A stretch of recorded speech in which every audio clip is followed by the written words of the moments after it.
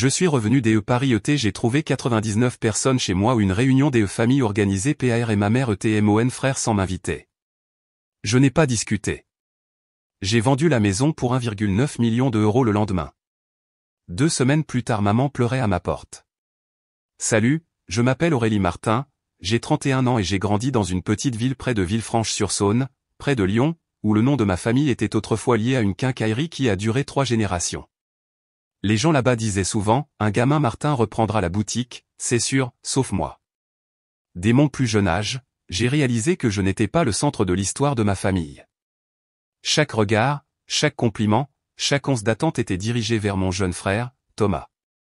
Il a 2 ans de moins que moi, un étudiant moyen avec un côté imprudent, mais d'une manière ou d'une autre, il ne manquait jamais d'éloges de la part de nos parents.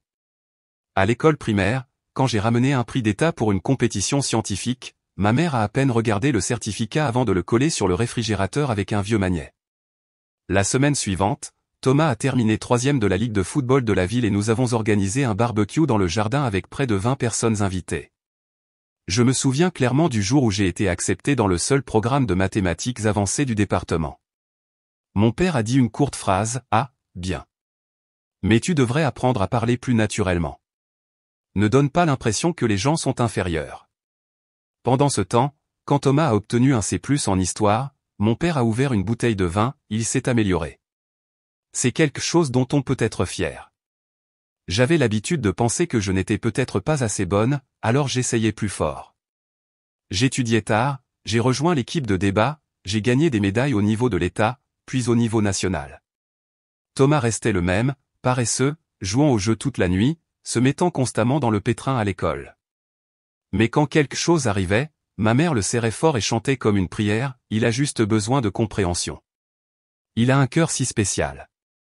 Moi, on me confiait toutes les tâches silencieuses, cuisiner, faire la lessive, nettoyer le garage, même vérifier les devoirs de Thomas avant chaque examen. Si je disais non, ma mère me regardait comme une étrangère, la famille, c'est le sacrifice, Aurélie. Comment peux-tu être aussi égoïste? Au lycée, l'écart s'est creusé. J'ai été accepté à un programme d'été à l'école centrale de Lyon pour les meilleurs étudiants en ingénierie. Mon père a soupiré, tu devrais étudier quelque chose de plus pratique. Ne poursuis pas des trucs de rêve. Le même été, Thomas a été suspendu pour s'être battu après le cours de sport. Ma mère l'a emmené à Disneyland pour réduire son stress. Quand j'ai été accepté à l'université Claude Bernard Lyon 1 en biochimie avec une bourse complète, personne de la famille n'est venu me dire au revoir. J'ai traîné ma valise jusqu'à la gare routière seul, pendant qu'il restait à la maison pour organiser une fête pour les 18 ans de Thomas avec un groupe de musique live. J'ai toujours une vieille photo, moi assise dans une toute petite chambre d'étudiant à Lyon, tenant une part de pizza froide, appelant ça mon pot de départ pour la première année. 4 ans plus tard, j'ai obtenu mon diplôme avec les meilleurs résultats et j'ai été recruté directement dans un centre de médecine régénératrice à Lyon. J'ai envoyé une lettre à la maison pour partager la nouvelle, mais je n'ai reçu qu'une courte réponse de ma mère, tant mieux pour toi. Thomas pense à ouvrir un lavage auto. On est très enthousiaste. C'est là que j'ai compris, pour eux, je n'étais pas l'enfant dont on pouvait être fier. J'étais celle qui pouvait se débrouiller toute seule, donc je n'avais pas besoin d'attention. À leurs yeux, Thomas était celui qui avait besoin d'être protégé, même à 27 ans, malgré n'avoir jamais gardé un emploi plus de 6 mois.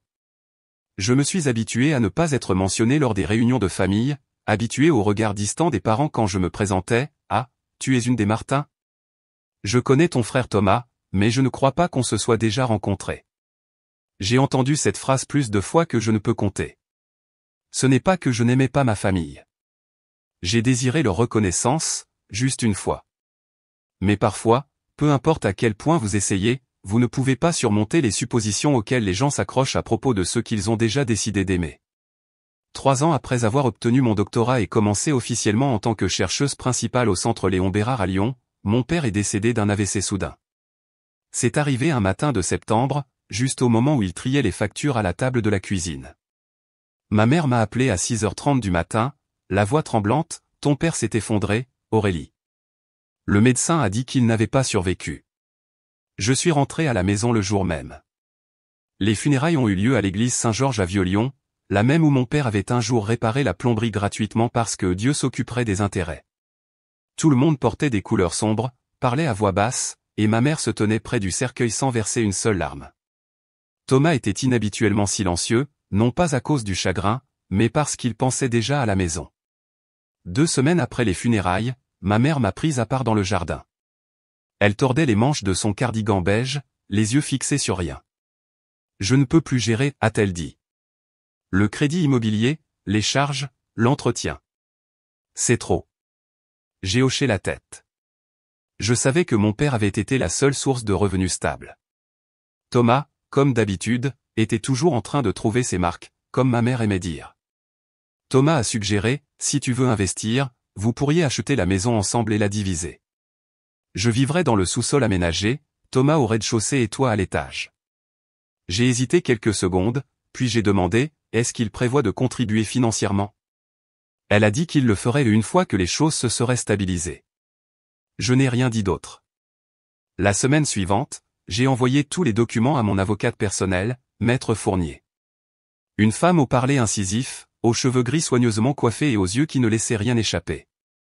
Après avoir examiné les détails de la vente, Maître Fournier m'a fortement conseillé de préciser les pourcentages de propriété dans l'accord. Je paierai 70% de la valeur de la maison, Thomas 30%, avec un financement de sa fiancée, Céline, et ma mère n'aurait aucune propriété, seulement le droit de résider au sous-sol, sous réserve d'un consentement mutuel. C'est la famille, mais même les familles ont besoin de la loi pour les protéger, a dit Maître Fournier sans détour. Si vous ne définissez pas vos droits, ils vous traiteront comme un portefeuille ambulant. Nous avons tout signé début décembre. J'ai emménagé au dernier étage, un studio tranquille que j'ai aménagé moi-même, une cuisine compacte, une chambre privée et un espace de travail avec une large fenêtre donnant sur les érables du jardin qui flamboient en rouge chaque automne.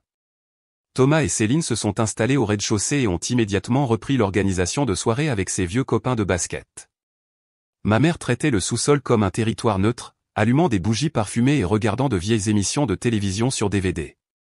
Je respectais les limites. Chacun de nous avait sa propre cuisine, sa boîte aux lettres et son espace. Chaque mois, je faisais le paiement pour la part de Thomas, car dès la 2e année, il était constamment en retard. Quand je lui rappelais, Céline affichait un sourire forcé, « Ne t'inquiète pas, il est sur le point de lancer son projet. » Je n'ai jamais su ce qu'était ce projet.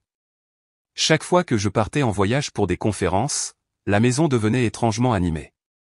Un jour, je suis revenu de Marseille pour trouver le canapé du salon cassé et j'ai vu des taches sur le tapis. Thomas a haussé les épaules en disant que ça avait été un peu déchaîné. J'ai serré les mâchoires mais je n'ai rien dit. J'attendais patiemment, rassemblant assez de raisons pour agir. Le printemps suivant, j'ai découvert que ma mère était entrée dans mon espace pendant que j'étais au travail, non pas une seule fois, mais plusieurs fois. Un jour, j'ai trouvé une note sur mon bureau, « Tu devrais ranger cette tasse ailleurs, elle pourrait tomber. » La tasse s'est cassée 2 jours plus tard. Je ne l'ai pas confrontée. Au lieu de cela, j'ai commencé un journal photo, capturant chaque changement, chaque signe que mes limites étaient franchies. La maison que je pensais autrefois pourrait reconstruire la proximité avec ma famille s'était lentement transformée en une chambre d'épreuve psychologique à laquelle je n'avais jamais souscrit. Je venais de rentrer d'une conférence de 4 jours à Paris où mon équipe de recherche a présenté les résultats préliminaires d'un traitement d'immunothérapie pour le cancer du pancréas. Pour la première fois en 6 ans, j'ai senti que mes sacrifices n'avaient pas été vains. Un professeur de l'hôpital Édouard Herriot a exprimé son intérêt pour une collaboration à long terme. J'ai imprimé la proposition et l'ai rapportée à la maison, prévoyant de partager la bonne nouvelle lors d'un dîner de famille ce week-end. J'étais trop naïve. Au moment où le VTC s'est arrêté au coin de ma rue près de ma maison, j'ai senti que quelque chose n'allait pas. Les 2 côtés de la rue étaient bordés de voitures inconnues, s'étendant jusqu'au jardin. Des guirlandes lumineuses pendaient au-dessus de la porte d'entrée et quelqu'un avait planté des drapeaux français dans une bannière jaune criarde. J'ai cru m'être trompé d'adresse jusqu'à ce que je voie le SUV argenté avec un autocollant Allez les Gones, pour l'OL, la voiture de tante Eliane d'Auvergne-Rhône-Alpes, garée juste devant mon garage. J'ai traîné ma valise sur le chemin de pierre, le cœur battant. Accroché à la porte d'entrée, il y avait une pancarte en bois, réunion de famille Martin Dubois, bienvenue à la maison. J'ai figé. La maison. C'était ma maison, et je n'étais pas invité. J'ai ouvert la porte. De la musique country tonitruée d'une enceinte Bluetooth dans le salon. Des enfants couraient partout comme des abeilles sortant d'une ruche cassée. Un homme que je ne reconnaissais pas était assis sur mon canapé, mangeant quelque chose dans une assiette en carton. Le tableau abstrait que j'avais accroché au mur avait disparu, remplacé par un immense portrait de famille des Martin Dubois de 1997. Je n'y étais pas. La première personne à me remarquer fut ma cousine Cambria, la même que je n'avais pas vue depuis la remise des diplômes du lycée. Elle a hurlé, « Oh mon Dieu, Aurélie, tu es de retour. On pensait que tu ne viendrais que demain matin. » Cette phrase a donné le signal de départ. Toute la maison s'est agitée. Les rires se sont arrêtés, les mastications ont cessé. Des dizaines de parents se sont tournés vers moi comme si j'étais une intruse. Je suis resté dans l'entrée, ma valise toujours à mes côtés, mes yeux balayant la pièce. Pas une seule personne n'a remarqué la vague de malaise qui me parcourait comme un fil électrique sous tension. Ma mère, Catherine, était assise en bout de table, bavardant avec un groupe de parents plus âgés. Son sourire a disparu dès qu'elle m'a vu, remplacé par un étrange scintillement d'embarras. « Tu es rentré tôt » a-t-elle dit en se levant et en ajustant son châle. « Je pensais que ton vol était dimanche matin. »« Tu pensais que j'aurais dû savoir que près de 100 personnes seraient chez moi » ai-je répondu, la voix calme mais chaque mot clair. Thomas a émergé de la cuisine, portant un plateau de pâtisserie. « Surprise, Sam. On organise une réunion de famille. C'est la première fois que presque tout le monde est là. » J'ai regardé directement dans les yeux de mon frère. « Ai-je reçu un seul message à ce sujet ? On allait tout nettoyer avant que tu ne rentres. » Ah, donc ça inclut aussi de nettoyer ma vie privée et mes droits de propriété. J'ai traîné ma valise à l'étage. La porte de ma chambre était déverrouillée. À l'intérieur, c'était un cauchemar. Des couvertures étranges sur le lit, mes affaires entassées dans les coins. Mon bureau servait de buffet à dessert, des emballages de gâteaux, des miettes de sucre, des serviettes collantes étalées sur la surface. Un dessin d'enfant au crayon était scotché sur mon prix encadré de l'American College of Clinical Medicine. La salle de bain sentait un désodorisant bon marché et l'armoire à pharmacie avait clairement été fouillée. Je n'ai rien dit. J'ai simplement commencé à prendre des photos, chaque coin, chaque détail. Je suis entré dans la chambre, j'ai ouvert un tiroir. Mes sous-vêtements avaient été poussés pour faire place à des vêtements d'enfant. Je me suis assise sur le bord du lit et j'ai pris une profonde respiration. Un message est apparu de Thomas, « Tout le monde demande où tu es. Ne fais pas de scène. C'est une occasion rare. » Je n'ai pas répondu. J'ai fait une capture d'écran et l'ai transmise à mon avocate, Maître Fournier, avec l'objet violation de l'accord, utilisation non autorisée de propriété privée, urgent. Puis j'ai verrouillé la porte de l'intérieur, ouvert mon ordinateur portable et consulté l'email du professeur de Paris. J'ai cliqué sur « Accepter l'invitation à collaborer ». Il voulait faire de cette maison une scène pour leur héritage. Bien. Mais je n'étais pas là pour être leur toile de fond. L'orage n'avait pas encore éclaté, mais j'avais déjà dessiné la carte. Je suis resté dans la chambre pendant plus d'une heure et pas une seule personne n'a frappé pour voir si j'allais bien. Pas d'excuses, pas d'explications. Juste des rires, le bruit des assiettes et de la musique qui montait du rez-de-chaussée, comme si je n'existais pas. Je me suis levé et j'ai ouvert le placard pour chercher la boîte qui contenait le parfum vintage de ma grand-mère, la seule chose que j'avais gardée après son décès. La boîte en acajou doublée de velours vert avait disparu. J'ai fouillé dans tous les tiroirs, j'ai déplacé une pile de documents. Rien. Je suis entré dans la salle de bain. Des traces de doigts maculaient le miroir. Sur le comptoir, mon tonneur avait été remplacé par un nettoyant bas de gamme. Une serviette gris clair, qui n'était pas la mienne, était accrochée de travers sur le porte-serviette en métal. Lorsque je me suis penché au-dessus de la poubelle, le cœur m'a serré, de minuscules éclats de verre dégageant un léger parfum doux et familier. Un grand morceau portait encore les mots signés 1956. Le flacon de parfum vintage était brisé. Je me suis appuyé contre le lavabo, les doigts serrés si fort qu'ils sont devenus blancs.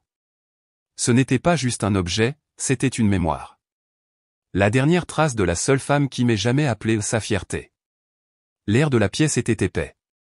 J'ai pris mon téléphone et j'ai allumé l'appareil photo, j'ai pris des photos de tout, la rayure sur le cadre du miroir, les éclats dans la poubelle, les produits de beauté inconnus, les taches de café sur mon bureau. Je suis retourné au lit et j'ai soulevé la couverture.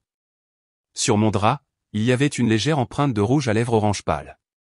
Quelqu'un avait dormi ici, s'était maquillé ici, avait vécu ici, dans l'espace que j'avais économisé et aménagé moi-même pendant 4 ans.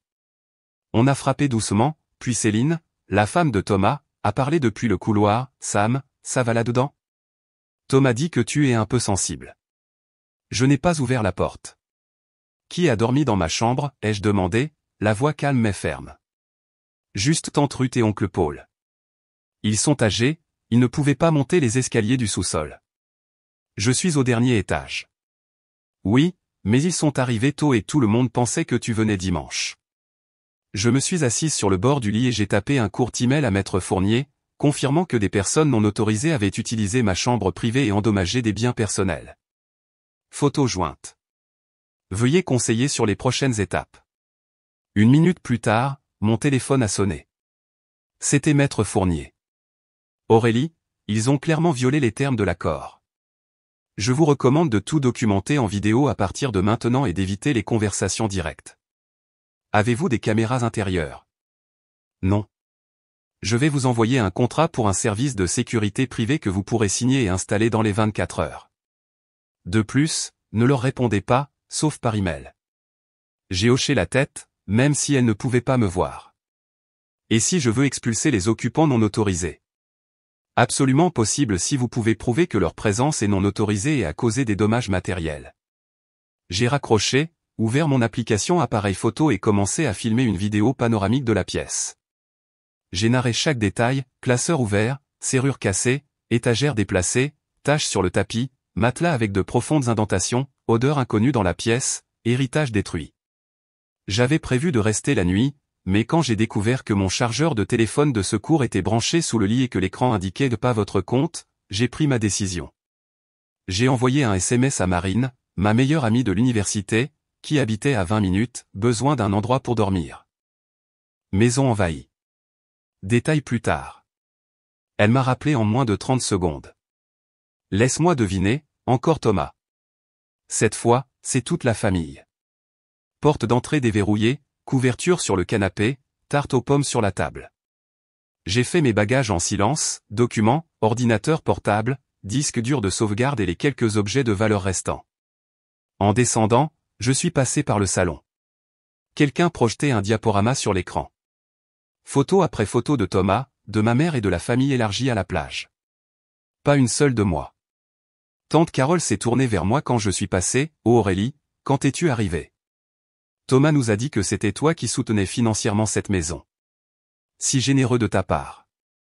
J'ai simplement souri, hoché la tête poliment et suis sorti par la porte d'entrée. Avant de la refermer, j'ai jeté un dernier coup d'œil. Ma mère riait bruyamment, tenant un verre de vin blanc. Thomas racontait une histoire qui faisait rire toute la table aux éclats. Personne ne m'a regardé. À cet instant, j'ai compris plus clairement que jamais, je n'avais jamais vraiment fait partie de cette famille. J'étais juste celle qui restait silencieuse assez longtemps pour qu'il normalise l'intrusion. Mais je ne resterai plus silencieuse. Je suis retourné à la maison le lendemain matin, sans prévenir. Je suis entré dans le salon juste au moment où tout le monde prenait le petit déjeuner. La pièce est devenue silencieuse dès que je suis apparu. Le bruit des couteaux et des fourchettes s'est arrêté brusquement. Ma mère s'est tournée vers moi avec une fausse surprise. Aurélie, je croyais que tu étais restée à Paris. Je suis resté quelque part avec une porte fermée à clé, ai-je répondu en enlevant mon manteau, ma voix calme mais chaque mot clair. Thomas s'est levé de sa chaise et a commencé à marcher vers moi, comme pour intervenir. Céline est restée assise, ses mains serrant sa tasse de café. Sam, a dit Thomas, personne ne voulait de mal.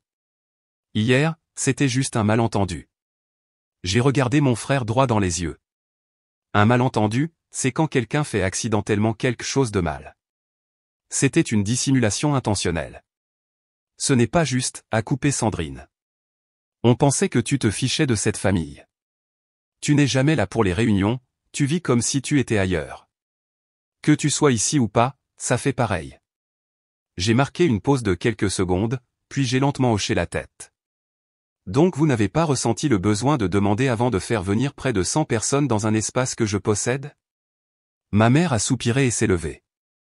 Ça suffit, Aurélie. Tu fais toujours tout un plat de rien. Les gens sont venus par amour, mais tu es toujours occupé, toujours enfermé dans ton labo. Tu crois vraiment que quelqu'un dans cette famille sait même ce que tu fais réellement? Cette phrase a coupé comme un couteau. J'ai sorti mon téléphone de ma poche et j'ai rapidement diffusé un extrait de la conférence à Paris, le tendant vers ma mère. L'écran me montrait en train de faire une présentation devant plus de 500 professionnels de la santé, les applaudissements résonnant en arrière-plan. Je développe un traitement pour le cancer du pancréas. Cette semaine, on m'a invité à diriger un projet fédéral. Mais bien sûr, allez-y, dites que je ne suis jamais présente. Peut-être parce que ce que je fais n'est pas considéré comme important ici. La tension dans la pièce était palpable. Thomas s'est éclairci la gorge, clairement déconcerté. Tu ne devrais pas tout garder pour toi pour toujours. Je pense que si tu es vraiment si occupé, il est peut-être temps d'envisager de vendre ta part de la maison. De toute façon, tu n'as pas le temps de t'en occuper. J'ai levé la tête. Répète ça. On prévoit d'avoir un bébé, a interjeté Céline en serrant la main de Thomas. Et on a vraiment besoin de plus d'espace. Si tu déménageais, tout serait plus facile. Espace, ce mot m'a donné envie de rire. J'avais passé toute ma jeunesse à essayer de me tailler un mètre carré que je pourrais appeler le mien, et maintenant ils voulaient que je le leur cède comme un cadeau de mariage. J'ai croisé les bras et je les ai fixés tous les deux. Combien d'argent avez-vous sur vos comptes? Céline a froncé les sourcils. Qu'est-ce que ça a à voir? C'est évident, les jeux coupés. Vous n'avez pas besoin d'espace, vous avez besoin d'argent. Alors qui se soucie vraiment de cette maison? Aucun d'eux n'a dit un mot. Ma mère m'a regardé comme si je venais de dire quelque chose de méprisable. Aurélie, comment peux-tu insulter ton propre frère comme ça? Je n'insulte pas, ai-je dit calmement. Je constate les faits. Ce soir-là, en vérifiant le dossier partagé de l'imprimante au rez-de-chaussée, j'ai trouvé un fichier que quelqu'un avait oublié de retirer. La couverture était bleue, étiquetée demande de prêt-relais. Je l'ai ouvert.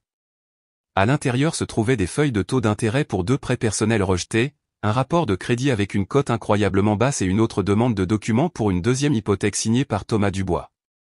J'ai pris le téléphone et j'ai appelé Maître Fournier. J'ai besoin de vérifier la légalité d'une tentative de refinancement effectuée sans le consentement du copropriétaire. Maître Fournier a répondu immédiatement, s'ils ont procédé sans votre signature, c'est une violation grave. Envoyez-moi tous les documents que vous avez. Je vais agir. J'ai soigneusement photographié chaque page, puis j'ai remis le dossier exactement là où je l'avais trouvé, comme si je n'y avais jamais touché. Je savais une chose avec certitude, la prochaine fois qu'il dépasserait les bornes, je n'aurais pas besoin de discuter. J'utiliserai la loi. Je suis resté éveillé toute la nuit, non pas par colère, mais parce que mon cerveau fonctionnait comme une machine de précision. J'ai fait une liste de chaque tâche, chaque date limite, chaque personne que je devais contacter. Si Thomas et Céline pensaient que je reculerais comme avant, ils avaient choisi la mauvaise personne. Le lendemain matin, j'ai organisé une réunion d'urgence avec Maître Fournier, mon avocate. Nous nous sommes rencontrés à 8 heures dans son bureau du quartier de la Pardieu. Maître Fournier portait un tailleur gris clair, ses cheveux tirés en une queue de cheval ôtaient ses yeux vifs comme un scalpel. J'ai examiné tous les documents que vous avez envoyés, a-t-elle commencé en feuilletant un dossier à la couverture rouge foncé. Il tente de refinancer une propriété en copropriété sans votre signature ni votre consentement. Violation claire. Quel est votre plan? Je ne veux pas vendre, mais je ne veux plus vivre avec eux non plus. Je veux louer ma partie avec un gestionnaire de propriété professionnel. Maître Fournier a hoché la tête en prenant des notes. Alors, nous aurons besoin de 2 choses, une requête établissant les droits de location selon votre accord de propriété et un contrat avec une société de gestion immobilière réputée. Avez-vous une entreprise en tête? J'ai secoué la tête. Mais j'ai une exigence, ils doivent avoir de l'expérience dans la gestion de propriété en copropriété et ne pas craindre les tensions juridiques. Je connais l'endroit parfait, a répondu Maître Fournier. J'ai travaillé avec eux lors d'une séparation de biens entre frères et sœurs en Bretagne. On pensait que ce n'était qu'une petite friction, mais il s'est avéré qu'il s'agissait d'une fraude de haut niveau. Ils l'ont géré avec un professionnalisme absolu. Quelques heures plus tard, j'étais assise dans les bureaux de gestion immobilière Bouvard et Moreau, une entreprise basée à Écully, spécialisée dans les opérations immobilières complexes. J'ai été accueilli par Isabelle Moreau, une femme posée d'une 40aine d'années avec une attitude aussi calme qu'intransigeante. Après que j'ai tout expliqué, Isabelle a esquissé un léger sourire, nous ne sommes pas étrangères aux familles qui prêchent que le sang est plus épais que l'eau tout en fouillant dans les portefeuilles des uns et des autres. Vous avez une propriété clairement définie, un espace défini et des preuves de violation. Nous pouvons prendre le relais. Je veux des caméras de sécurité, des serrures intelligentes et un contrôle total sur le deuxième étage. Ils n'ont plus le droit de monter là-haut. Nous aurons une équipe technique sur place cette semaine. Légalement, vous avez toujours tous vos droits sur votre partie en vertu de l'accord existant, et nous gérerons les litiges directement avec eux. Cet après-midi-là, je suis allé à la banque et j'ai récupéré tous les documents originaux liés à l'achat de la maison, relevé bancaire, historique des paiements de ma première année à aujourd'hui. J'ai tout fourré dans un épais dossier et les remis en main propre à Maître Fournier. Je veux un suivi juridique entièrement documenté, ai-je dit. Ils ont l'habitude de manipuler avec des mots, mais je ne laisserai pas une seule phrase sans être enregistrée. Maître Fournier a hoché la tête. Désormais, toute communication se fera uniquement par email. Pas de conversation directe, pas de SMS. S'il frappe, vous n'avez pas à répondre. Cette nuit-là, j'ai envoyé mon premier email à Thomas, avec Céline et ma mère en copie. J'engage des démarches pour protéger ma propriété et mon espace personnel suite à de multiples violations de notre accord. Toute communication ultérieure se fera par écrit. Veuillez ne pas m'approcher directement. Personne n'a répondu dans les 24 heures, mais j'ai reçu un long SMS décousu de ma mère, tu déchires cette famille à cause de petites choses. Ils essaient juste de s'installer. Tu es trop rigide, Aurélie. Ton père n'est pas parti depuis si longtemps. Tu devrais penser à la famille, au sang. Je n'ai pas répondu. Au lieu de cela, j'ai transféré le message à Maître Fournier avec une note, c'est la manipulation émotionnelle dont je vous ai parlé. 2 jours plus tard, Isabelle et son équipe technique sont arrivées. Elles ont inspecté le deuxième étage, ont remesuré la superficie et ont établi un plan de gestion distinct. Un technicien a installé des caméras discrètes le long du couloir menant à mon escalier privé. La nouvelle serrure numérique était codée par empreinte digitale et contrôlée via une application mobile. Après leur départ, j'ai reçu un email d'Isabelle, prête à accueillir des locataires temporaires à partir du 10. La courte liste comprend 3 candidats, un résident en médecine interne, un professeur d'université et un romancier. J'ai examiné attentivement chaque candidature, non pas parce que j'avais besoin des revenus supplémentaires, mais parce que je redéfinissais le contrôle au sein même de l'espace où j'avais autrefois été traité comme une étrangère. 3 jours après l'installation du système de sécurité et l'entrée en vigueur officielle du contrat de gestion immobilière, j'ai reçu un email intitulé « Invitation Zurich, initiative d'immunothérapie ». L'expéditeur était le professeur Klaus Becker, directeur exécutif du Centre suisse de médecine moléculaire à Zurich. Dans le message, il écrivait « Nous avons été très impressionnés par votre présentation à la conférence de Paris la semaine dernière. Compte tenu de l'orientation actuelle de votre équipe, nous souhaiterions vous inviter à diriger le groupe de recherche sur l'immunologie des cellules T à Zurich. Il s'agit d'un contrat de 3 ans, avec un salaire compétitif, un soutien pour le logement et un contrôle total sur la conception expérimentale. Si possible, veuillez répondre dans les 10 jours. » J'ai lu l'email 3 fois. Mon cœur battait comme la première fois que j'étais entré dans un laboratoire. Cette opportunité n'était pas seulement une avancée de carrière, c'était un moyen de sortir des vignes entrelacées de la culpabilité et du devoir familial déformé. J'ai appelé Maître Fournier en premier.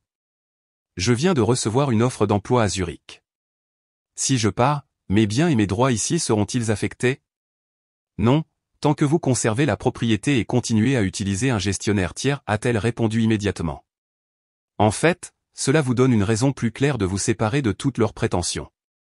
Puis j'ai appelé Marine. Zurich, a-t-elle crié au téléphone. Tu déménages vraiment en Europe? 3 ans, potentiellement prolongeables. Qu'est-ce que tu vas dire à ta mère? Je ne demande pas la permission. Ce soir-là, je me suis assise seule dans mon unité du 2e étage, porte verrouillée, caméra clignotant doucement en bleu. J'ai regardé les murs qui avaient autrefois semblé un abri, puis sont devenus un espace violet. J'ai ouvert mon placard, sorti une grande valise et commencé à plier des vêtements. Je n'ai dit à personne dans la maison. Pas de notes.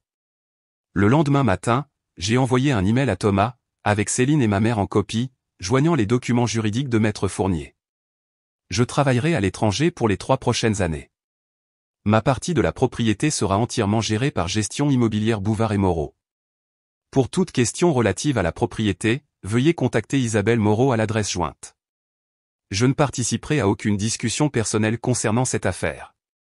10 minutes plus tard, mon téléphone a sonné. C'était Thomas. Je n'ai pas décroché.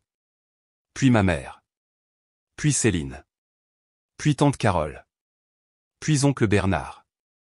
Comme si toute la famille réalisait soudain que j'avais de la valeur, une fois qu'ils ont senti qu'ils perdaient l'accès à moi. J'ai envoyé un SMS à Marine, ça commence. Elle a répondu, fière de toi. Ne regarde pas en arrière. Avant de quitter Lyon, je suis allé à la banque et j'ai signé une procuration financière à Maître Fournier. Puis je suis passé par le centre d'assurance maladie pour transférer mes dossiers médicaux vers le système international. À l'aéroport, pendant le contrôle de sécurité, j'ai jeté un coup d'œil au billet électronique, lisant LYSSH, et pour la première fois depuis des années, j'ai souri sans ressentir le besoin de m'excuser. Zurich m'a accueilli avec une légère neige et un air vif. L'appartement aménagé par l'Institut de recherche était dans le quartier de la Jonction, tranquille au bord du lac, près de petites boulangeries et de vieilles librairies dont je suis tombée amoureuse dès ma première promenade. Le premier jour au laboratoire, j'ai fait le tour des secteurs de recherche, biologie cellulaire, modélisation immunitaire, programmation génétique, système. Mon équipe comptait 6 membres, du Brésil, d'Inde, d'Allemagne et de Belgique. Personne ne savait que j'avais autrefois été l'enfant invisible de la famille Martin Dubois. Ici, j'étais simplement la docteure Aurélie Martin, une experte en stratégie d'immunité des cellules T de nouvelle génération. Nous travaillions sans relâche de 8h à 19h. Chaque soir, je me tenais à la fenêtre du laboratoire, regardant les Alpes au loin, ne me sentant plus petite, ne me préparant plus à survivre parmi des parents qui ne m'ont jamais vraiment vu. Un mois plus tard, j'ai reçu un email d'Isabelle, un nouveau locataire à emménager au 2e étage. Un professeur invité de l'université de Paris-Cité. Paiement complet pour 6 mois. Aucune plainte d'aucune partie, bien que Thomas ait appelé 3 fois avec des commentaires vagues sur son droit de rester. J'ai répondu, procédez exactement selon le contrat. Veuillez ignorer toute communication non écrite. Juste après, j'ai reçu un message de ma mère, peux-tu reconsidérer ? La famille, c'est pour toujours. Je vieillis, ton départ comme ça me brise le cœur. J'ai fixé ce message pendant longtemps, puis j'ai posé mon téléphone sans répondre. Pour la première fois de ma vie, j'ai vraiment compris, l'amour ne peut pas grandir là où seule l'obligation existe, et la liberté n'est pas une fuite, c'est un éloignement de ceux qui ne vous méritent plus. Un matin de mars à Zurich, alors que j'examinais des échantillons de tests en laboratoire, mon téléphone a vibré. C'était un email de Maître Fournier. L'objet disait simplement une proposition formelle de Thomas Dubois. Je me suis lavé les mains, j'ai retiré mes gants et je me suis assise pour l'ouvrir. 6 juin se trouvait une offre de rachat de la totalité de la propriété au prix du marché, ainsi qu'un paiement distinct pour mettre fin au contrat de gestion et à toute réclamation légale restante liée au litige passé. À la fin de la lettre se trouvait une courte phrase, « Nous avons obtenu un prêt de la famille de Céline. Nous voulons juste régler les choses. » Je n'ai pas été surprise. Isabelle m'avait déjà informé le mois dernier que Thomas appelait sans cesse la société de gestion pour négocier une solution à long terme. Les nouveaux locataires au 2e étage étaient stables, le loyer affluait régulièrement sur mon compte chaque trimestre. Il semblait que l'idée de vivre indéfiniment sous la présence d'un tiers avait fait réaliser à Thomas qu'il ne tenait plus le premier rôle dans cette maison. J'ai appelé Maître Fournier pour confirmer chaque détail, puis je lui ai demandé d'inclure une clause finale dans le contrat, je veux allouer 20% des bénéfices à la création d'un fonds de bourse d'études au nom de mon père, Monsieur Arthur Martin, pour les étudiants en médecine d'Auvergne-Rhône-Alpes issus de milieux modestes.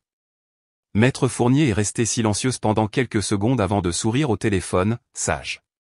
Pas pour Thomas, mais parce que votre père mérite qu'on se souvienne de lui correctement. L'accord a été finalisé en 3 semaines. J'ai signé depuis le bureau de recherche à Zurich, puis je suis resté assise tranquillement pendant longtemps, regardant le nouveau certificat de propriété, maintenant entièrement au nom de Thomas et Céline. L'ancienne maison, autrefois mon champ de bataille, n'était officiellement plus la mienne, et je n'étais pas triste. J'ai prévenu Isabelle et les remercié de m'avoir aidé à reprendre le contrôle de ma vie pendant son chapitre le plus sombre. Elle a répondu par une simple phrase, « Les femmes intelligentes savent quand se battre et quand s'en aller. » Vous avez fait les deux. 6 mois plus tard, je suis retourné en France pour la première fois pour assister à la conférence nationale à Paris. Après ma présentation, je me suis rendu à Villefranche-sur-Saône pour la première cérémonie de remise des bourses Arthur Martin. En montant sur scène, j'ai remarqué ma mère assise au dernier rang, hochant silencieusement la tête.